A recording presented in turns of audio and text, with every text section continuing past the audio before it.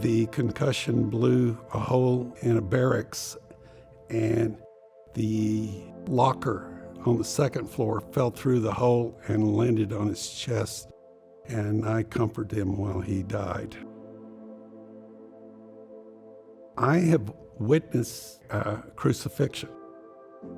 The South Korean Marines had captured Viet Cong, and my understanding he was wearing a cross, and so they decided to put him up in a tree, and the cross faction, watching him get pieces shot out of him as they were taking target practice, and you didn't mess with the South Korean Marines. The crucifixion is a whole story in itself, of spending 45 years and not going to church, and my worst day of the year was Easter, because they have this habit of sticking crosses out in the front yard. And I couldn't go to church for 45 years, more than one time. I couldn't go 2 times in a row. And my wife never knew it until I got to the point of trembling. And finally, I told her why.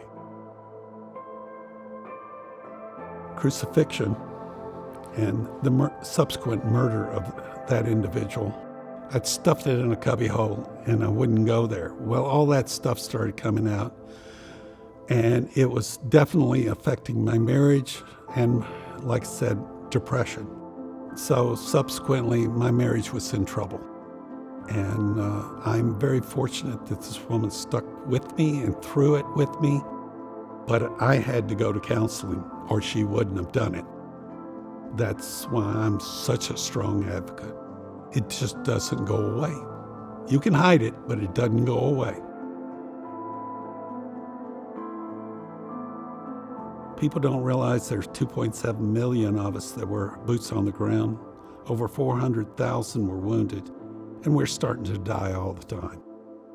I buried one last week. The real thing that I would say to veterans, don't give up, because there are success stories, a lot of success stories. The Heroes Honor Festival is being very kind and generous for the remembrance of Vietnam veterans.